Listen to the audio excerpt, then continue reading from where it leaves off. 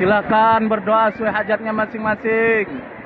Mintalah ampun kepada Allah untuk kita dan kedua orang tua kita. Ya Allah, ya Rahman, ya Rahim.